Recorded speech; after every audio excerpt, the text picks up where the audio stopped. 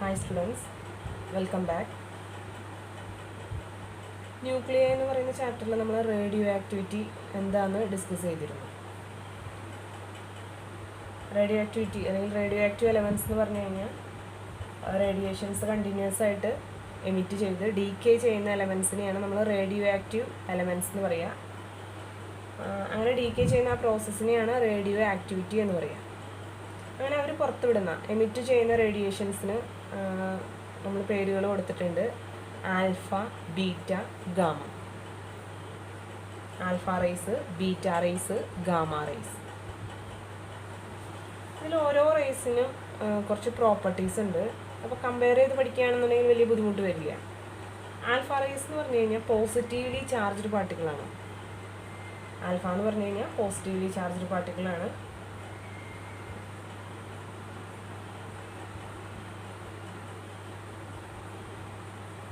Beta എന്ന് പറഞ്ഞു കഴിഞ്ഞാൽ നെഗറ്റീവ്ലി ചാർജ്ഡ് പാർട്ടിക്കിളാണ്. ഗാമ റേസ് എന്ന് പറഞ്ഞു കഴിഞ്ഞാൽ നമ്മുടെ ലൈറ്റ് തന്നെയാണ്, ഇലക്ട്രോ മാഗ്നറ്റിക് വേവ് തന്നെയാണ് ഗാമ റേസ്. അപ്പോൾ ഓരോ പ്രോപ്പർട്ടീസ് പഠിക്കുമ്പോഴും കമ്പയർ ചെയ്ത് പഠിക്കുക. അപ്പോൾ റേഡിയോ ആക്റ്റീവ് എലമെൻറ്റ്സ് എമിറ്റ് ചെയ്യുന്ന റേഡിയേഷൻസ് ആണ് alpha rays, beta rays, gamma rays. അതിൽ ആൽഫ റേസ് എന്ന് പറയുന്നത് പോസിറ്റീവ്ലി ചാർജ്ഡ് പാർട്ടിക്കിളാണ്. ബീറ്റ റേസ് എന്ന് പറയുന്നത് നെഗറ്റീവ്ലി ചാർജ്ഡ് പാർട്ടിക്കിളാണ്. ഗാമ റേസ് എന്ന് പറഞ്ഞാൽ പ്രത്യേകിച്ച് ചാർജൊന്നും ഇല്ല. ഈ ആൽഫ റേസിന് നമ്മൾ ഹീലിയം ന്യൂക്ലിയസിനോടാണ് കമ്പയർ ചെയ്യുന്നത്. അല്ലെങ്കിൽ ആൽഫ റേസ് എന്ന് പറയുന്നത് ഹീലിയം ന്യൂക്ലിയസിനോട് സിമിലറാണ്. ഇത് പോസിറ്റീവാണെന്ന് പറഞ്ഞു, ഇത് നെഗറ്റീവാണെന്ന് പറഞ്ഞു, ഇതിന് ചാർജ് പറയേണ്ട കാര്യമില്ല.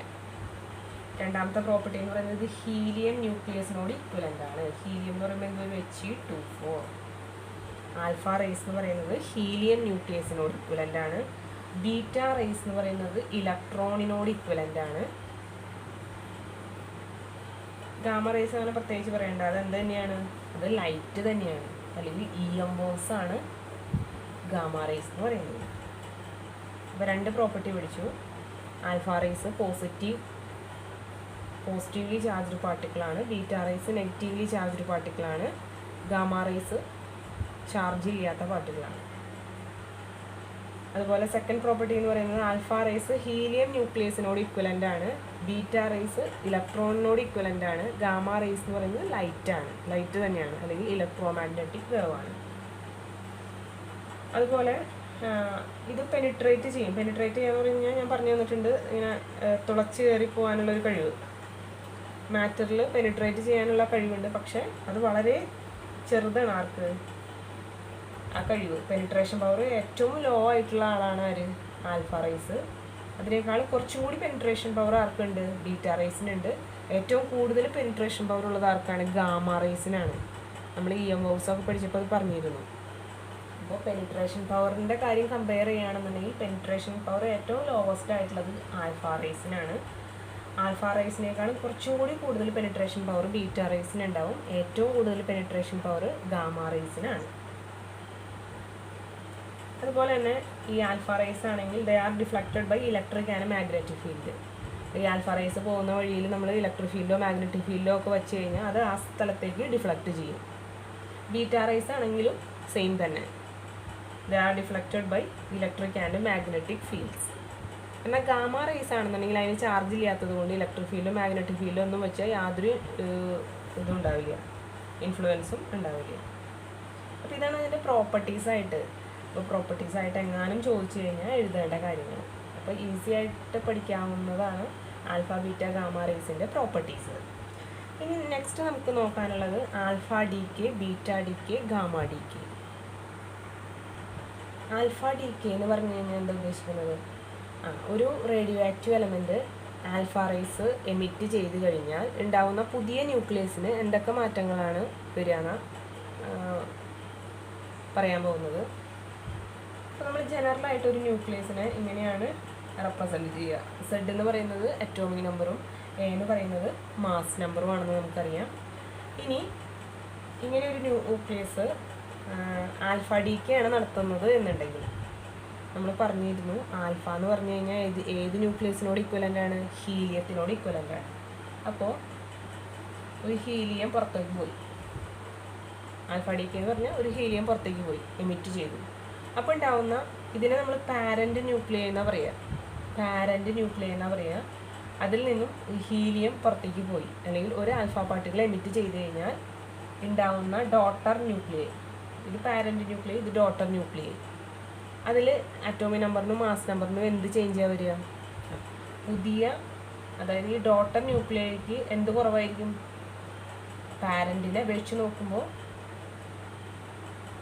അറ്റോമിക് നമ്പർ 2 കുറവായിരിക്കും. കാരണം എന്താ? ഹീലിയം ന്യൂക്ലിയസ് അതിൽ നിന്ന് പോയി. പാരൻറ്റിൽ നിന്ന് ഒരു ഹീലിയം ന്യൂക്ലിയസ് പോയി എന്ന് പറഞ്ഞു കഴിഞ്ഞാൽ ആരൊക്കെ പോയി? അറ്റോമിക് നമ്പർ 2 കുറയുകയും ചെയ്യും, മാസ് നമ്പർ 4 കുറയുകയും ചെയ്യും പുതിയ ന്യൂക്ലിയസിന്. അപ്പോൾ നമ്മൾ പുതിയ ന്യൂക്ലിയസിനെ എങ്ങനെ റെപ്രസെൻ്റ് ചെയ്യും? Z-2 അതുപോലെ A-4 എന്നാണ് ഡിനോട്ട് ചെയ്യുക. മനസ്സിലായിട്ടുണ്ടാവുമെന്ന് വിചാരിക്കുന്നു. ആൽഫ ഡി കെ എന്ന് പറഞ്ഞു കഴിഞ്ഞാൽ ഇത് പാരൻ്റ് ന്യൂക്ലിയസ് ആണ്. അതിൽ നിന്നും ആര് പുറത്തേക്ക് പോയി? ഒരു ഹീലിയം പുറത്തേക്ക് പോയി, ഒരു ഹീലിയം ന്യൂക്ലിയസ് പുറത്തേക്ക് പോയി. ഹീലിയം പോകുമ്പോൾ എന്തുകൊണ്ടാണ് പോണേ? അറ്റോമിക് നമ്പർ 2 4 മാസ് നമ്പർ കൊണ്ടാണ് പോണത്. അപ്പോൾ പുതിയതായിട്ടുണ്ടാവുന്ന ആ ഡോട്ടർ ന്യൂക്ലിയയ്ക്ക് അറ്റോമിക് നമ്പർ 2 കുറവും മാസ് നമ്പർ 4 കുറവും ആയിരിക്കും. ഇതാണ് ആൽഫ ഡി കെ. ഇനി ബീറ്റ ഡി കെക്ക് എന്താ പ്രത്യേകത? ബീറ്റ ഡി കെ എന്ന് പറഞ്ഞാൽ ഇതുപോലെ തന്നെ നമ്മൾ എഴുതുകയാണ്. പാരൻ്റ് ന്യൂക്ലിയസിനെ ഇങ്ങനെ ഡിനോട്ട് ചെയ്തു. ബീറ്റ എന്ന് പറഞ്ഞാൽ ആരാ പുറത്തേക്ക് പോകുന്നത്? ഒരു ഇലക്ട്രോണാണ് പുറത്തേക്ക് പോകുന്നത്. അപ്പോൾ പുതിയതായിട്ടുണ്ടായ ഡോട്ടർ ന്യൂക്ലിയയ്ക്ക് എന്ത് മാറ്റമാണ് വരിക എന്നാണ് നമ്മൾ ചെക്ക് ചെയ്യുന്നത്. അപ്പോൾ ആദ്യം തന്നെ നമുക്ക് ന്യൂക്ലിയസിൻ്റെ സ്ട്രക്ചർ അറിയാമല്ലോ. ഒരു ന്യൂക്ലിയസിൽ ആരൊക്കെ ഉണ്ട്? പ്രോട്ടോണും ന്യൂട്രോണും ഉണ്ട്. ഇലക്ട്രോൺ അതിനെ റിവോൾവ് ചെയ്യുന്നുണ്ട്. ഇത്രയും കാര്യങ്ങൾ നമുക്കറിയാം. അപ്പോൾ ബീറ്റ ഡി കെ എന്ന് പറഞ്ഞു കഴിഞ്ഞാൽ ഈ ന്യൂക്ലിയസിൻ്റെ ഉള്ളിൽ നിന്ന് ആര് പുറത്തേക്ക് പോകണം? ഇലക്ട്രോൺ പുറത്തേക്ക് പോകണം. അതിന് ഇതിൻ്റെ ഉള്ളിൽ ഇലക്ട്രോൺ ഉണ്ടോ? ഇലക്ട്രോൺ ഇല്ലാതെ എങ്ങനെയാണ് അതിൻ്റെ ഉള്ളിൽ നിന്ന് ഇലക്ട്രോൺ പുറത്തേക്ക് പോവുക? അതിൻ്റെ ഉള്ളിൽ ആക്ച്വലി ഇലക്ട്രോൺ ഉണ്ട്. ഈ ന്യൂട്രോൺ എന്ന് പറയുന്നത് ആരാണ്? ആരൊക്കെ ചേർന്നതാണ് ന്യൂട്രോൺ? ന്യൂട്രോൺ എന്ന് പറഞ്ഞു കഴിഞ്ഞാൽ ചാർജ് ഇല്ല, ന്യൂട്രൽ എന്നുള്ളൊരു മീനിങ് ആണ്. ഒരു പ്രോട്ടോണും ഒരു ഇലക്ട്രോണും, അതായത് പ്രോട്ടോണും ഇലക്ട്രോണും ഈക്വൽ നമ്പറായിട്ട് ജോയിൻ ചെയ്ത് കഴിയുമ്പോഴാണ് ആരുണ്ടാവുന്നത്? ന്യൂട്രോൺ ഉണ്ടാവുന്നത്. അതായത് ന്യൂട്രോണിനെ സ്പ്ലിറ്റ് ചെയ്ത് കഴിഞ്ഞാൽ അതിൽ നമുക്ക് ആരെയൊക്കെ കിട്ടും? പ്രോട്ടോണിനെയും ഇലക്ട്രോണിനെയും കിട്ടും. പ്രോട്ടോണിൻ്റെ ചാർജ് 10 വിചാരിക്കുക. അപ്പോൾ ഇലക്ട്രോണിൻ്റെ ചാർജ് എത്രയായിട്ട് വരും? -10 എന്ന് വരും. രണ്ടും കൂടി ആഡ് ചെയ്യുമ്പോൾ എന്ത് വരും? 0 എന്ന് വരും. അങ്ങനെയാണ് നമ്മൾ ന്യൂട്രൽ എന്ന് പറയുന്നത്. ശരിക്കും ന്യൂട്രോൺ എന്ന് പറയുന്നത് ആരൊക്കെ കമ്പൈൻ ചെയ്തതാണ്? പ്രോട്ടോണും ഇലക്ട്രോണും ഈക്വൽ നമ്പർ കമ്പൈൻ ചെയ്തതാണ് ന്യൂട്രോൺ എന്ന് പറയുന്നത്. അപ്പോൾ ഈ ബീറ്റ ഡി കെ നടക്കുന്ന സമയത്ത് എന്താ അവിടെ ഉണ്ടാവുന്നത്? ആ ന്യൂട്രോൺ അങ്ങോട്ട് സ്പ്ലിറ്റ് ചെയ്യും. സ്പ്ലിറ്റ് ചെയ്യുമ്പോൾ അതിൽ നിന്ന് ആരൊക്കെ പുറത്തേക്ക് വരും? പ്രോട്ടോണും ഇലക്ട്രോണും പുറത്തേക്ക് വരും. ആ ഇലക്ട്രോണാണ് എവിടേക്ക് പോണത്? പുറത്തേക്ക് എമിറ്റ് ചെയ്യുന്നത്. അങ്ങനെ എമിറ്റ് ചെയ്യുമ്പോൾ ഉണ്ടാവുന്ന ഡോട്ടർ ന്യൂക്ലിയയ്ക്ക് അതിൻ്റെ അറ്റോമിക് നമ്പറിനും മാസ് നമ്പറിനും എന്ത് വ്യത്യാസം ഉണ്ടാവുക? ആദ്യം ഇപ്പോൾ ഇവിടെ ഇത് ആദ്യത്തെ കേസാണെന്ന് വിചാരിച്ചു. ഇത് സ്പ്ലിറ്റ് ചെയ്യുന്നതിന് മുമ്പ് ഇങ്ങനെയല്ലേ ഇരുന്നിരുന്നത്. അപ്പോൾ ഇതിൻ്റെ അറ്റോമിക് നമ്പർ എത്രയാണ്? പാരൻ്റ് ന്യൂക്ലിയസിൻ്റെ അറ്റോമിക് നമ്പർ എത്രയാണ്? Z=1 ആണ്. അറ്റോമിക് നമ്പർ എന്ന് പറഞ്ഞാൽ പ്രോട്ടോണിൻ്റെ നമ്പറാണ്, 1 ആണ്. മാസ് നമ്പർ എത്രയാണ്? മാസ് നമ്പർ എന്ന് പറഞ്ഞാൽ ഇതിൻ്റെ 2 പേരുടെയും കൂടി നമ്പർ. ഇതിലിപ്പോൾ ഓരോരുത്തരുണ്ടെന്നുണ്ടെങ്കിൽ ഇതിൻ്റെ നമ്പർ 2 ആണ്. ഇനി ഈ ന്യൂട്രോൺ സ്പ്ലിറ്റ് ചെയ്ത് ഒരു പ്രോട്ടോണും ഇലക്ട്രോണുമായി ആ ഇലക്ട്രോൺ പുറത്തേക്ക് പോയി എന്ന് വിചാരിക്കാം. അപ്പോൾ ഇവിടെ അറ്റോമിക് നമ്പർ എത്രയാണ്? ഈ ഇലക്ട്രോൺ പുറത്തേക്ക് പോയി. പ്രോട്ടോണിൻ്റെ നമ്പറിനെയാണ് അറ്റോമിക് നമ്പർ എന്ന് പറയുക. ഇപ്പോൾ ഇവിടെ അറ്റോമിക് നമ്പർ എത്രയായി? 1 + 1 2 ആയി. മാസ് നമ്പർ എത്രയായി? മാസ് നമ്പർ എന്ന് പറഞ്ഞാൽ 2 പേരുടെയും ടോട്ടൽ എന്നാണ്. മാസ് നമ്പറിന് വ്യത്യാസമൊന്നും വന്നില്ല. അപ്പോൾ പാരൻ്റ് ന്യൂക്ലിയസും ഡോട്ടർ ന്യൂക്ലിയസും കമ്പയർ ചെയ്ത് നോക്കിയാൽ മാസ് നമ്പറിൽ വ്യത്യാസമൊന്നും വരില്ല. നമ്മൾ മാസ് നമ്പർ തന്നെ എഴുതിയാൽ മതി. പക്ഷെ അറ്റോമിക് നമ്പർ എന്താ? 1 ആയിരുന്ന ആളെന്തായി? 2 ആയി. അറ്റോമിക് നമ്പർ എന്ത് ചെയ്യും? അറ്റോമിക് നമ്പർ 1 കൂടും. അപ്പോൾ നമ്മൾ Z+1 എഴുതണം. അപ്പോൾ ഇത്രയൊന്നും ചിന്തിക്കാൻ അറിയാത്ത ഒരാളാണെങ്കിൽ ഇത്രയും കാര്യങ്ങൾ മാത്രം പഠിച്ചു വെച്ചാൽ മതി. ആൽഫ ഡി കെ നടക്കണമെന്നുണ്ടെങ്കിൽ പുതിയതായിട്ടുണ്ടാവുന്ന ന്യൂക്ലിയസിൻ്റെ അറ്റോമിക് നമ്പർ 2 കുറയും, മാസ് നമ്പർ 4 കുറയും. എന്നാൽ ബീറ്റ ഡി കെ ആണ് നടക്കുന്നത് എന്നുണ്ടെങ്കിൽ ഡോട്ടർ ന്യൂക്ലിയസിൻ്റെ മാസ് നമ്പറിന് വ്യത്യാസമൊന്നും വരില്ല, അറ്റോമിക് നമ്പർ 1 കൂടും. ഇനി ഗാമ ഡി കെ ആണ് നടക്കണമെന്നുണ്ടെങ്കിൽ യാതൊരു വ്യത്യാസം ഉണ്ടാവില്ല. അറ്റോമിക് നമ്പറിനും മാസ് നമ്പറിനും യാതൊരു വ്യത്യാസവും ഉണ്ടാവില്ല. അപ്പോൾ ചോദിക്കുകയാണെങ്കിൽ ആൽഫ ഡി കെയും ബീറ്റ ഡി കെയും ആണ് ചോദിക്കുക. അപ്പോൾ അതൊന്ന് മനസ്സിലാക്കി വയ്ക്കുക. പിന്നെ ഈ ഭാഗത്തു നിന്ന് നമുക്ക് പ്രോബ്ലം ഇത് മനസ്സിലാക്കി കഴിഞ്ഞാൽ പിന്നെ ഇതുമായിട്ട് റിലേറ്റഡ് ആയിട്ടുള്ള പ്രോബ്ലം ചിലപ്പോൾ വരാനുള്ള ചാൻസ് ഉണ്ട്. അപ്പോൾ അതും കൂടി ഒന്ന് ഞാൻ പറഞ്ഞുതരാം. ഇതൊരു പ്രോബ്ലത്തിൻ്റെ ക്വസ്റ്റ്യനാണ്. പ്രോബ്ലം ഇതാണ്: find the number of alpha particles and beta particles respectively emitted in the reaction. Reaction അവർ തന്നിട്ടുണ്ട്, അതിൽ എത്ര ആൽഫ പാർട്ടിക്കിൾ എത്ര ബീറ്റ പാർട്ടിക്കിളാണ് എമിറ്റ് ചെയ്യുന്നത് എന്ന് നമ്മൾ കണ്ടെത്തണം. അപ്പോൾ ഇങ്ങനെ ഒരു റിയാക്ഷൻ അവർ തന്നിട്ടുണ്ട്. എന്നിട്ട് നമ്മളോട് പറയും ആൽഫ പാർട്ടിക്കിളിൻ്റെ എണ്ണം ബീറ്റ പാർട്ടിക്കിളിൻ്റെ എണ്ണം കണ്ടെത്താൻ പറയും. ആൽഫ പാർട്ടിക്കിൾ എന്ന് പറയുന്നത് ഇവിടെ ആരാ? ഈ ഹീലിയം തന്നെയാണ് ആൽഫ പാർട്ടിക്കിൾ, ഇലക്ട്രോൺ തന്നെയാണ് ബീറ്റ പാർട്ടിക്കിൾ. അപ്പോൾ അവരുടെ എണ്ണം നമ്മളോട് കണ്ടുപിടിക്കാൻ പറയും. അപ്പോൾ എങ്ങനെ കണ്ടുപിടിക്കാം? അപ്പോൾ അത് കണ്ടുപിടിക്കാൻ ഈസിയാണ്. ഒരെണ്ണം ഒരു പ്രോബ്ലം ചെയ്ത് കഴിഞ്ഞാൽ നിങ്ങൾക്ക് ഈസി ആയിട്ട് ബാക്കിയുള്ള പ്രോബ്ലംസ് ചെയ്യാം. അതിൻ്റെ അറ്റോമിക് നമ്പർ നമ്മൾ ഇക്വേറ്റ് ചെയ്യാം രണ്ട് സൈഡിലും. ഇത് ഈ സൈഡിലുള്ളത്, അതായത് ഈ റിയാക്ഷനൊക്കെ നടക്കുന്നതിന് മുമ്പ് 88 ആയിരുന്നു അതിൻ്റെ അറ്റോമിക് നമ്പർ. ഇനി അത് നടന്നതിന് ശേഷം ആൽഫയും ബീറ്റയും എമിറ്റ് ചെയ്തു, അതിന് ശേഷം ഉണ്ടാവുന്ന കാര്യം നമ്മൾ ഈക്വൽ ടു ഇട്ടിട്ട് എഴുതി. 78 പ്ലസ് എത്ര ഹീലിയം ന്യൂക്ലിയസ് ഉണ്ടെന്ന് അറിയില്ല, എക്സ് എന്ന് അവിടെ ഇട്ടേക്കണം. അപ്പോൾ ഒരു ഹീലിയം ന്യൂക്ലിയസ് ഉണ്ടെന്നുണ്ടെങ്കിൽ എത്ര മാസ് നമ്പർ കുറയും? 2 കുറയും. അതുപോലെ എക്സ് ന്യൂക്ലിയസ് ഉണ്ടെങ്കിൽ എത്ര എണ്ണം കുറയും? 2x mass number atomic number കുറയും. മൈനസ് ബീറ്റ പാർട്ടിക്കിളാണ് എമിറ്റ് ചെയ്യുന്നത് എന്നുണ്ടെങ്കിൽ അറ്റോമിക് നമ്പർ എന്ത് ചെയ്യും? അറ്റോമിക് നമ്പർ 1 കൂടും. അപ്പോൾ 1 കൂടുമ്പോൾ നമ്മൾ കുറയ്ക്കണ്ടേ? അപ്പോൾ y. അതായത് ഈ ഭാഗമൊക്കെ ചെയ്ത് കഴിഞ്ഞാൽ നമുക്ക് 88 എന്ന് കിട്ടണം. അതാണ് നമ്മുടെ എയിം. അതായത് പാരൻ്റ് ന്യൂക്ലിയസ് ആണ് ഇത് ഡോട്ടർ ന്യൂക്ലിയസ് ആണ്. അപ്പോൾ പാരൻ്റ് ന്യൂക്ലിയസിൽ എത്ര ഉണ്ടായിരുന്നു? 88 ഉണ്ടായിരുന്നു അറ്റോമിക് നമ്പർ. ഇനി ഇപ്പുറത്തെ ഭാഗമൊക്കെ കൂടി നമ്മൾ ചെയ്ത് കഴിഞ്ഞാൽ എന്ത് കിട്ടണം? 88 കിട്ടണം. അപ്പോൾ പാരൻ്റ് ന്യൂക്ലിയസിന് എത്രയേ ഉള്ളൂ അറ്റോമിക് നമ്പർ? 78 ഉള്ളൂ. ഒരു 10 പോയിട്ടുണ്ട്, 10 അവിടെ കുറഞ്ഞിട്ടുണ്ട്. 10 കുറഞ്ഞതിൽ കുറച്ച് ആൽഫ ന്യൂക്ലിയസ് കൊണ്ടുപോയതും കുറച്ച് ബീറ്റ ഡീക്കെ നടന്നപ്പോൾ ഉണ്ടായതുമാണ്. അപ്പോൾ ആൽഫ പാർട്ടിക്കിളാണ് എമിറ്റ് ചെയ്യുന്നതെന്നുണ്ടെങ്കിൽ എന്താ ഉണ്ടാവുക? അറ്റോമിക് നമ്പർ 2 കുറയുക ചെയ്യുക. ഇതിപ്പോൾ എത്ര എണ്ണാണെന്ന് അറിയാത്തത് കൊണ്ട് 2 × x ചെയ്തു. അത് ആഡ് ചെയ്യണം, കുറയല്ലേ ചെയ്യണത്. ആ കുറഞ്ഞത് കൂട്ടിയാലാണ് ശരിയാവുക. അതുപോലെ ഇവിടെ ബീറ്റ പാർട്ടിക്കിളാണ് എമിറ്റ് ചെയ്യുന്നത് എന്നുണ്ടെങ്കിൽ എന്താ സംഭവിക്കുക? അറ്റോമിക് നമ്പർ കൂടുക ചെയ്യുക. ആ കൂടേണ്ട ഇവിടെ നമ്മൾ കുറച്ച് കളഞ്ഞാലാണ് നമുക്ക് ഇതൊക്കെ കൂടി ചെയ്യുമ്പോൾ എന്താ 88 കിട്ടുള്ളൂ. ആ ഒരു ലോജിക്ക് മനസ്സിലാവണം കേട്ടോ, എന്നാലാണ് നമുക്ക് ചെയ്യാൻ പറ്റുള്ളൂ. അപ്പോൾ നമുക്ക് ഇതിനൊരു ഇക്വേഷൻ രൂപത്തിൽ എഴുതാം. ഈ 78 എന്ന് പറയുന്നത് ഡിജിറ്റ് അല്ല, അതിനെ നമുക്ക് ലെഫ്റ്റ് സൈഡിലേക്ക് കൊണ്ടുവരാം. അപ്പോൾ -78 ആയി.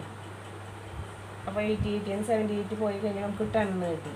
അപ്പോൾ 10 = 2x - y എന്ന് കിട്ടി. അതിന് ഇക്വേഷൻ 1 കൊടുക്കാം. ഇപ്പോൾ നമ്മൾ അറ്റോമിക് നമ്പറാണ് ഇക്വേറ്റ് ചെയ്തത്. അതുപോലെ തന്നെ നമുക്ക് എന്ത് ചെയ്യാം? മാസ് നമ്പറും ഇക്വേറ്റ് ചെയ്യാം. മാസ് നമ്പർ ഇക്വേറ്റ് ചെയ്യുമ്പോൾ എന്ത് വരും? ഇവിടുത്തെ മാസ് നമ്പർ എത്രയാണ്? 196 ആണ്. ഇവിടുത്തെ മാസ് നമ്പർ എത്രയാണ്? 164 ആണ്. പിന്നെ എന്ത് ചെയ്യണം? ഇവിടെ എന്താ നടക്കണേ? ആൽഫ ഡിക്കാണ് നടക്കണമെന്നുണ്ടെങ്കിൽ മാസ് നമ്പർ എന്ത് ചെയ്യും? 4 കുറയും. അപ്പോൾ ആ 4 കുറയുന്നത് ഇത് കൂടെ കൂട്ടണം. 4x ഇതിലൂടെ ആഡ് ചെയ്യണം. പിന്നെ ബീറ്റ ഡിക്കാണ് നടക്കണമെന്നുണ്ടെങ്കിൽ അവിടെ എന്തെങ്കിലും സംഭവിക്കുമോ? ഒന്നും സംഭവിക്കില്ല. മാസ് നമ്പറിന് യാതൊരു വ്യത്യാസം വരില്ല. അപ്പോൾ നമ്മളത് എഴുതേണ്ടേ കാര്യമില്ല. അപ്പോൾ നമുക്ക് ഇങ്ങനെ കിട്ടി. അപ്പം നമുക്ക് 4x = ഇയാളെ ലെഫ്റ്റ് സൈഡിലേക്ക് കൊണ്ടുവരാം. ഇയാളെ ലെഫ്റ്റ് സൈഡിലേക്ക് കൊണ്ടുവരുമ്പോൾ മൈനസ് ആവും. അപ്പോൾ 196 ന്ന് 164 പോയി കഴിഞ്ഞാൽ നമുക്ക് 32 എന്ന് കിട്ടും. അപ്പോൾ അതിൽ നിന്ന് x = 32/4 എന്ന് വരും. അപ്പോൾ നമുക്ക് 8 എന്ന് ആൻസർ കിട്ടും. 8 എന്ന് ആൻസർ കിട്ടി. ഈ 8 എന്ന് പറയുന്ന വാല്യൂ കൊണ്ട് നമ്മൾ 1 കൊടുത്തു കഴിഞ്ഞാൽ നമുക്ക് 8 എന്ന് പറയുന്നത് നമ്മൾ എക്സിൻ്റെ വാല്യൂന് കിട്ടിയത് 8 എന്ന്. എക്സ് ആരായിട്ട് എടുത്തേക്കണേ? ആൽഫ പാർട്ടിക്കിളായിട്ടാണ് എടുത്തേക്കണത്. അപ്പോൾ എത്ര ആൽഫ പാർട്ടിക്കിൾ എമിറ്റ് ചെയ്യുന്നുണ്ട്? 8 ആൽഫ പാർട്ടിക്കിൾ എമിറ്റ് ചെയ്യുന്നുണ്ട്. ഈ എക്സിൻ്റെ വാല്യൂ കൊണ്ട് നമ്മൾ ഇക്വേഷൻ 1 കൊടുത്ത വൈയുടെ വാല്യൂ കിട്ടും. 10 = 2 × 8 - y. 10 = 2 × 8 എത്ര വരും? 16 - y എന്ന് വരും. ഈ -y ഇങ്ങോട്ട് കൊണ്ടുവന്നാൽ y 60ൻ്റെ അടുത്തേക്ക് 10നെ കൊണ്ടുവന്ന -10 ഈക്വൽ ടു 6 എന്ന് വന്നു. അതായത് ആൽഫ പാർട്ടികൾ 8 എണ്ണം പുറത്തേക്ക് പോകുന്നുണ്ടാവും, ബീറ്റ പാർട്ടികൾ 6 എണ്ണം പുറത്തേക്ക് പോകുന്നുണ്ടാവും. അപ്പോൾ ഇങ്ങനെയാണ് എണ്ണം കണ്ടുപിടിക്കാൻ പറയുക.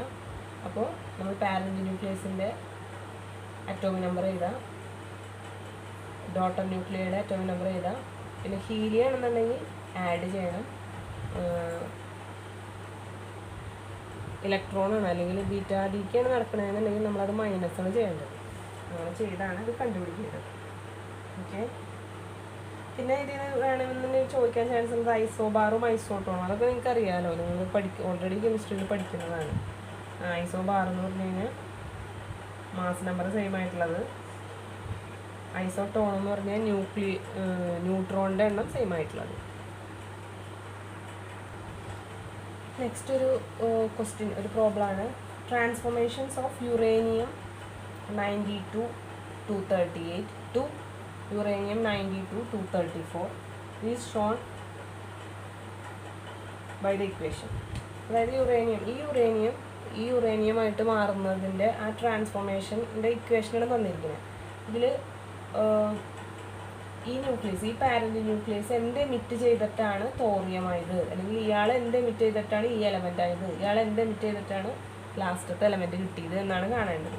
അതായത് നമുക്ക് ആരെയൊക്കെയാണ് ABC ആണ് കണ്ടുപിടിക്കേണ്ടത്. ആരെയൊക്കെയാണ് എമിറ്റ് ചെയ്ത്, ആൽഫ ഡിക്കാണോ സംഭവിക്കുന്നത്, ബീറ്റ ഡിക്കാണോ സംഭവിക്കുന്നത് എന്നാണ് ക്വസ്റ്റ്യൻ ചോദിച്ചിരിക്കുന്നത്. അപ്പോൾ നമുക്ക് നോക്കുമ്പോൾ തന്നെ അറിയാം 90-90 ആയി. അതായത് അറ്റോമിക് നമ്പർ 2 കുറഞ്ഞു, മാസ് നമ്പർ 4 കുറഞ്ഞു. അപ്പോൾ ഇവിടെ എമിറ്റ് ചെയ്യണത് ആരായിരിക്കും? ആൽഫ ആയിരിക്കും. ഇനി മാസ് നമ്പറിൽ വ്യത്യാസമൊന്നുമില്ല, അറ്റോമിക് നമ്പർ ആണെങ്കിൽ 1 കൂടി, അപ്പോൾ അത് ഏത് എമിഷനായിരിക്കും? അത് ബീറ്റ ഡിക്ക് ആയിരിക്കും. മാസ് നമ്പറിൽ വ്യത്യാസമൊന്നുമില്ല, അറ്റോമിക് നമ്പർ പിന്നെ 1 കൂടി, അപ്പോൾ ഇവിടെയും എന്ത് എമിഷനായിരിക്കും നടക്കണേ? ബീറ്റ. അപ്പം അങ്ങനെ വളരെ സിമ്പിളായിട്ടും ക്വസ്റ്റ്യൻസ് ചോദിക്കാം. ഇനി നെക്സ്റ്റ് ആണ് ന്യൂക്ലിയർ റിയാക്ടർ. ന്യൂക്ലിയർ റിയാക്ടറൊക്കെ നിങ്ങൾ പഠിച്ചിട്ടുള്ളതാണ്, എന്നാലും ജസ്റ്റ് ഒന്ന് ഓടിച്ച് പറഞ്ഞു തരാണ്. ന്യൂക്ലിയർ റിയാക്ടർ എന്ന് പറഞ്ഞാൽ കൺട്രോൾഡ് ചെയിൻ റിയാക്ഷനാണ്. ചെയിൻ റിയാക്ഷൻ എന്ന് പറഞ്ഞാൽ നമുക്കറിയാം എന്താ, യുറേനിയം പോലെയുള്ള ആറ്റത്തിൽ ന്യൂട്രോൺസ് വന്ന് ബൊമ്പാർഡ് ചെയ്യിച്ചു കഴിഞ്ഞാൽ അത് സ്പ്ലിറ്റ് ചെയ്ത് വേറൊരു എലമെൻ്റ് ആവും. അതായത് അത് ന്യൂട്രോൺസ് എമിറ്റ് ചെയ്യും, ആ ന്യൂട്രോൺസ് ചെന്ന് വേറൊരു എലമെൻറ്റിന്മേൽ തട്ടും, അത് സ്പ്ലിറ്റ് ചെയ്ത് വേറെ എലമെൻറ്റ്, അങ്ങനെ ആ പ്രോസസ്സ് കണ്ടിന്യൂ ചെയ്ത് പോവുകയാണെങ്കിൽ അതിനാണ് നമ്മൾ ചെയിൻ റിയാക്ഷൻ എന്ന് പറയും. അപ്പോൾ അൺകൺട്രോൾഡ് ചെയിൻ റിയാക്ഷനാണ് ഈ ആറ്റം ബോംബ് എന്ന് പറയുന്നത്. അതായത് നമുക്ക് കൺട്രോൾ ചെയ്യാൻ പറ്റില്ല. ഈ ചെയിൻ റിയാക്ഷൻ കണ്ടിന്യൂ ചെയ്ത് ലാസ്റ്റ് ഒരു ബ്ലാസ്റ്റായിട്ട് മാറും. അതിനെയാണ് നമ്മൾ ആറ്റം അല്ലെങ്കിൽ ബോംബ് എന്ന് പറയുന്നത്. എന്നാൽ ഈ ചെയിൻ റിയാക്ഷനെ നമുക്ക് കൺട്രോൾ ചെയ്യാൻ പറ്റുകയാണെന്നുണ്ടെങ്കിൽ അതിനെയാണ് നമ്മൾ ന്യൂക്ലിയർ റിയാക്ടർ എന്ന് പറയുന്നത്. നമുക്ക് അങ്ങനെ കൺട്രോൾഡ് ആയിട്ടുള്ള ചെയിൻ റിയാക്ഷൻ ഉപയോഗിച്ചിട്ട് നമുക്ക് ഇലക്ട്രിസിറ്റി ഒക്കെ പ്രൊഡ്യൂസ് ചെയ്യാൻ പറ്റും. അപ്പോൾ നിങ്ങൾ ഓൾറെഡി കേട്ടിട്ടുണ്ടാവും ന്യൂക്ലിയർ റിയാക്ടർ എന്ന് പറഞ്ഞാൽ എന്താണ്. അപ്പോൾ ന്യൂക്ലിയർ റിയാക്ടറിൽ നടക്കുന്നത് എന്താണ്? കൺട്രോൾഡ് ചെയിൻ റിയാക്ഷനാണ് ന്യൂക്ലിയർ റിയാക്ടറിൽ നടക്കുന്നത്. അൺകൺട്രോൾഡ് എന്നുള്ള വേർഡാണ് വന്നിരിക്കുന്നതാണെങ്കിൽ അതാണ് ആറ്റം ബോംബിലെ പ്രോസസ്സ് കേട്ടോ. അപ്പോൾ ഇതിൽ എന്തൊക്കെയുണ്ട്? ഫ്യൂവലുണ്ട്. ഏതൊരു സംഭവം വർക്ക് ചെയ്യണമെന്നുണ്ടെങ്കിലും അതിലെന്ത് വേണം? അതിൽ ഫ്യൂവൽ വേണം. ഇവിടെ നമ്മൾ സാധാരണയായിട്ട് യൂസ് ചെയ്യുന്ന ഫ്യൂവൽ എന്നൊക്കെ പറയുന്നത് യുറേനിയം ഒക്കെയാണ്. യുറേനിയം 235, അതുപോലെ പ്ലൂട്ടോണിയം 239 ഒക്കെയാണ് സാധാരണഗതിയിൽ നമ്മൾ ന്യൂക്ലിയർ റിയാക്ടറിലെ ഫ്യൂവലായിട്ട് യൂസ് ചെയ്യുന്നത്. ഫ്യൂവൽ എന്ന് പറഞ്ഞാൽ ആ ന്യൂക്ലിയർ റിയാക്ടർ വർക്ക് ചെയ്യാൻ വേണ്ട മെറ്റീരിയൽ. അപ്പോൾ ഇവിടെ സാധാരണഗതിയിൽ യൂസ് ചെയ്യുന്നത് യുറേനിയം, പ്ലൂട്ടോണിയം ഒക്കെയാണ് കേട്ടോ. പിന്നെ മോഡറേറ്റർ എന്ന് പറഞ്ഞാൽ എന്താ? Moderator is used to slow down the neutrons. അതായത് യുറേനിയത്തിൽ വന്ന ഒരു ന്യൂട്രോൺ ബൊമ്പാർഡ് ചെയ്ത് കഴിഞ്ഞാൽ അത് സ്പ്ലിറ്റ് ചെയ്ത് വേറൊരു ന്യൂക്ലിയസ് ആവും. അതോടൊപ്പം തന്നെ അതിൽ നിന്നും ന്യൂട്രോൺസ് പുറത്തേക്ക് വരും. അതിൽ ഓരോ ന്യൂട്രോണും വേറൊരു ന്യൂക്ലിയസിൽ ചെന്ന് ബൊമ്പാർഡ് ചെയ്യും, അതിനെ സ്പ്ലിറ്റ് ചെയ്യിക്കും. അങ്ങനത്തെ പ്രോസസ്സാണ് ചെയിൻ റിയാക്ഷൻ എന്ന് നമ്മൾ പറഞ്ഞത്. അപ്പോൾ എപ്പോഴെങ്കിലും നമുക്ക് ഇതിനെ കൺട്രോൾ ചെയ്യണമെന്ന് തോന്നിക്കഴിഞ്ഞാൽ, ഈ പ്രോസസ്സ് കൺട്രോൾ ചെയ്യണമെന്ന് തോന്നിക്കഴിഞ്ഞാൽ നമ്മൾ എന്ത് ചെയ്താൽ മതി? ഈ ന്യൂട്രോണിനെ ഒന്ന് സ്ലോ ആക്കിയാൽ മതി. പെട്ടെന്ന് ഈ പ്രോസസ്സ് നടന്നു പോകാതിരിക്കാൻ വേണ്ടി ന്യൂട്രോണിനെ കൺട്രോൾ ചെയ്യും, അതിൻ്റെ സ്പീഡ് കുറയ്ക്കും. അതിന് വേണ്ടിയിട്ട് ഉപയോഗിക്കുന്ന സംവിധാനമാണ് മോഡറേറ്റർ. നമ്മൾ മോഡറേറ്ററായിട്ട് യൂസ് ചെയ്യുന്നത് ഗ്രാഫൈറ്റ്, ഹെവി റോഡ്, ഹെവി വാട്ടറൊക്കെയാണ് കേട്ടോ. ഹെവി വാട്ടറും ഗ്രാഫൈറ്റും ഒക്കെയാണ് സാധാരണ ഗതിയിൽ മോഡറേറ്ററായിട്ട് യൂസ് ചെയ്യുന്നത്. Next control rod. Control rod is used to control the rate of fission. അതായത് കൺട്രോൾ റോഡ് എന്ന് പറഞ്ഞാൽ കാഡ്മിയം ബോറോൺ റോഡൊക്കെയാണ് കൺട്രോൾ റോഡായിട്ട് യൂസ് ചെയ്യുന്നത്. അതായത് ഈ പ്രോസസ്സ് കൺട്രോൾ ചെയ്യാനായിട്ട് ഇങ്ങനെ ചെയിൻ റിയാക്ഷൻ നടന്നുകൊണ്ടിരിക്കണം. എപ്പോഴെങ്കിലും നമുക്ക് കൺട്രോൾ ചെയ്യാണെങ്കിൽ ഒരു റോഡ് അതിൻ്റെ ഇടയിലേക്ക് ഇറക്കി വയ്ക്കും. ആ റോഡിൻ്റെ പ്രത്യേകത എന്താ? ആ റോഡ് ഈ വരുന്ന ന്യൂട്രോണിനെയൊക്കെ ക്യാപ്ചർ ചെയ്യും, അതിൻ്റെ ഉള്ളിലേക്ക് ആക്സെപ്റ്റ് ചെയ്യും, പുറത്തേക്ക് വിടില്ല. ആ വരുന്ന ന്യൂട്രോണുകളൊക്കെ വേറൊരു ന്യൂക്ലിയസിനെ ചെന്ന് ബൊമ്പാർഡ് ചെയ്താൽ മാത്രമേ ഈ ചെയിൻ റിയാക്ഷൻ കണ്ടിന്യൂ ചെയ്ത് പോവുള്ളൂ. അതിനെ മുഴുവൻ അബ്സോർബ് ചെയ്തെടുക്കും ഏത് കൺട്രോൾ റോഡ്. അപ്പോൾ ആ റിയാക്ഷൻ അവിടെ വെച്ച് സ്റ്റോപ്പ് ആവും. അതായത് നമുക്ക് ആവശ്യമുള്ള സമയത്ത് അതിനെ നിർത്തണമെങ്കിൽ, ആ ചെയിൻ റിയാക്ഷൻ നിർത്തണം എന്നുണ്ടെങ്കിൽ അതിനെ സഹായിക്കുന്ന ആളാണ് കൺട്രോൾ റോഡ്. നമ്മൾ സാധാരണയായിട്ട് കൺട്രോൾ റോഡായിട്ട് യൂസ് ചെയ്യുന്നത് കാഡ്മിയം ബോറോൺ റോഡ്സ് ഒക്കെയാണ് കേട്ടോ. നെക്സ്റ്റ് ഷീൽഡ് എന്ന് പറഞ്ഞാൽ അതിൽ വർക്ക് ചെയ്യുന്നവർക്കും അതുപോലെ തന്നെ വർക്ക് ചെയ്യുന്നവർക്കും പ്രൊട്ടക്ഷൻ കിട്ടാൻ വേണ്ടിയിട്ട് നമ്മൾ ഷീൽഡ് യൂസ് ചെയ്യും. അതുപോലെ ഈ ന്യൂക്ലിയർ റിയാക്ടറിൽ നിന്ന് പുറത്ത് വരുന്ന റേഡിയേഷൻസൊക്കെ ഹ്യൂമൻ ഹെൽത്തിന് ഹാംഫുള്ളാണ്. അപ്പോൾ അതങ്ങനെ പുറത്തേക്ക് വരുന്നത് തടയാനായിട്ട് നമ്മൾ ഷീൽഡ് യൂസ് ചെയ്യും. അതായത് അത് മൊത്തമായിട്ട് ലെഡ് കവറിങ്ങൊക്കെ കൊടുക്കും. ലെഡ് എന്ന് പറഞ്ഞു കഴിഞ്ഞാൽ പുറത്തേക്ക് അധികം വരില്ല റേഡിയേഷൻസ്. Then coolant. ഈ കംപ്ലീറ്റ് പ്രോസസ്സ് നടക്കുമ്പോൾ ഹൈ ആയിട്ടുള്ള എനർജി പുറത്തേക്ക് വിടും. അതായത് വളരെ കൂടുതൽ ഹീറ്റ് പ്രൊഡ്യൂസ് ചെയ്യും. അപ്പോൾ അതിനെ തണുപ്പിക്കാൻ വേണ്ടിയിട്ട് നമ്മൾ യൂസ് ചെയ്യുന്ന ഒരു സംവിധാനമാണ് കൂളൻ്റ്. നമ്മൾ കാർബൺ ഡൈ ഓക്സൈഡ് യൂസ് ചെയ്യാറുണ്ട്, അതുപോലെ ഹെവി വാട്ടറൊക്കെ കൂളൻ്റായിട്ട് യൂസ് ചെയ്യാറുണ്ട്. അപ്പോൾ ഇവിടെ നടക്കുന്ന പ്രോസസ്സ് എന്ന് വെച്ചാൽ ഇങ്ങനെ ഈ ചെയിൻ റിയാക്ഷനൊക്കെ നടക്കുമ്പോൾ large amount of heat produce ചെയ്യും. ആ ഹീറ്റ് യൂസ് ചെയ്തിട്ട് നമുക്ക് വാട്ടർ എന്ത് ചെയ്യാം, ആവിയാക്കാം, സ്റ്റീമാക്കാൻ പറ്റും. ആ സ്റ്റീം യൂസ് ചെയ്തിട്ട് ടർബൈൻസ് കറക്കിയിട്ടാണ് എന്ത് പ്രൊഡ്യൂസ് ചെയ്യുന്നത്, ഇലക്ട്രിസിറ്റി പ്രൊഡ്യൂസ് ചെയ്യുന്നത് കേട്ടോ. പിന്നെ സേഫ്റ്റി റോഡ്സ്, അതായത് അതിൻ്റെ സേഫ്റ്റി മെഷർ, അതിന് ഒരു പ്രൊട്ടക്ഷൻ കൊടുക്കാൻ വേണ്ടിയിട്ട് യൂസ് ചെയ്യുന്നതാണ് സേഫ്റ്റി റോഡ്സ്. അപ്പം നിങ്ങൾ ഇത്രയും കാര്യം അറിഞ്ഞാൽ മതി. ന്യൂക്ലിയർ റിയാക്ടർ എന്ന് പറഞ്ഞ ഒരു കൺട്രോൾഡ് ചെയിൻ റിയാക്ഷൻ ആണെന്ന് ഓർത്ത് വയ്ക്കുക. അതിലുപയോഗിക്കുന്ന ആ പാർട്സിൻ്റെ പേരുകളും സാധാരണയായിട്ട് യൂസ് ചെയ്യുന്ന ഇത് എന്തൊക്കെയാണെന്നും ഒന്ന് അറിഞ്ഞിരിക്കും. ഓക്കെ. പിന്നെ ഒരു കാര്യം പറയാൻ വിട്ടുപോയത്, ഈ റേഡിയോ ആക്ടിവിറ്റിയുടെ യൂണിറ്റ് എന്ന് പറയുന്നത് ക്യൂറി എന്നുള്ളതാണ് റേഡിയോ ആക്ടിവിറ്റിയുടെ യൂണിറ്റ്. അതുപോലെ ക്യൂറി അല്ലാണ്ട് യൂസ് ചെയ്യുന്ന ഒരു യൂണിറ്റാണ് ബെക്വറൽ. അതും ഒന്ന് ഓർത്ത് വയ്ക്കുക കേട്ടോ. റേഡിയോ ആക്ടിവിറ്റിയുടെ യൂണിറ്റ്സ് വൺ വേർഡായിട്ട് എങ്ങനെ ചോദിക്കുകയാണെങ്കിൽ ക്യൂറി ഉണ്ടെങ്കിൽ ക്യൂറി എഴുതാം, അല്ലെങ്കിൽ ബെക്വറൽ. രണ്ടും സയൻറ്റിസ്റ്റിൻ്റെ പേരാണ് കേട്ടോ, ക്യൂറി ഓർ ബെക്വറൽ. അതുപോലെ ഒരു കാര്യം വിട്ടുപോയത് മീൻ ലൈഫ്. ഹാഫ് ലൈഫിൻ്റെ ഒപ്പം തന്നെ പറയേണ്ടതായിരുന്നു മീൻ ലൈഫ്. മീൻ ലൈഫ് എന്ന് പറഞ്ഞാൽ എന്താ? ഹാഫ് ലൈഫ് എന്ന് പറഞ്ഞാൽ നമുക്കറിയാം, ഒരു എലമെൻറ്റ് അതിൻ്റെ ഹാഫായിട്ട് മാറാനായിട്ട് വേണ്ട സമയത്തിനെയാണ് നമ്മൾ ഹാഫ് ലൈഫ് പീരീഡ് എന്ന് പറയാം. മീൻ ലൈഫ് എന്ന് പറഞ്ഞാൽ ഇത്രയേ ഉള്ളൂ. നമ്മളൊരു റേഡിയോ ആക്റ്റീവ് എലമെൻ്റ് എടുത്തു, അതിലൊരു 10 ന്യൂക്ലിയസ് ഉണ്ടെന്ന് വിചാരിച്ചോ. അപ്പോൾ റേഡിയോ ആക്റ്റീവ് ആണെന്നുണ്ടെങ്കിൽ എന്ത് ചെയ്യും, ഓരോ ന്യൂക്ലിയസ് ഇങ്ങനെ ഡീക്കേ ചെയ്ത് പോകും. അപ്പോൾ എല്ലാവരും കൂടി ഒരുമിച്ചല്ലല്ലോ ഡീക്കേ ചെയ്ത് പോകുന്നത്. അപ്പോൾ ഒരാൾ ഡീക്കേ ചെയ്ത് പോയി, അപ്പോൾ അയാളുടെ ലൈഫ് ടൈം എന്ന് പറയുന്നത് വളരെ കുറവായിരിക്കും. ഏറ്റവും ലാസ്റ്റ് ഡീക്കേ ചെയ്ത് പോകുന്ന ആൾക്ക് ലൈഫ് ടൈം കൂടുതലായിരിക്കും. അപ്പോൾ ഇതിൽ ഡീക്കേ ചെയ്യുന്ന ഓരോ ന്യൂക്ലിയസിൻ്റെ ലൈഫ് ടൈം എന്ന് പറയുന്നത് ഡിഫറെൻ്റ് ആണ്.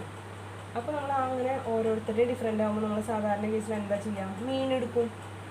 മൊത്തം അറിയാനായിട്ട് എന്തെടുക്കും, മീൻ എടുക്കും. ഓരോരുത്തരുടെ ലൈഫ് ടൈം ആഡ് ചെയ്ത് എണ്ണം കൊണ്ട് ഡിവൈഡ് ചെയ്യും. അപ്പോൾ അത് തന്നെയാണ് mean life. The main life of a radioactive element is equal to the sum of the life times of all atoms divided by the total number. ഓരോ ന്യൂക്ലിയസിൻ്റെ life time divided by അതിൻ്റെ number. അപ്പോൾ mean life കാണാനുള്ള ഇക്വേഷനാണ് 1/λ. അതിൻ്റെ ഇക്വേഷനാണ് T12/0.693. ഇതും കൂടി ഒന്ന് ഓർത്ത് വയ്ക്കുക. അപ്പോൾ ഇത്രയാണ് ഈ ചാപ്റ്ററിൽ നമുക്ക് പഠിക്കാനുള്ളത് കേട്ടോ. അപ്പോൾ അത്രയും കാര്യങ്ങളൊന്ന് ഓർത്ത് വയ്ക്കുക. Okay students, thank you.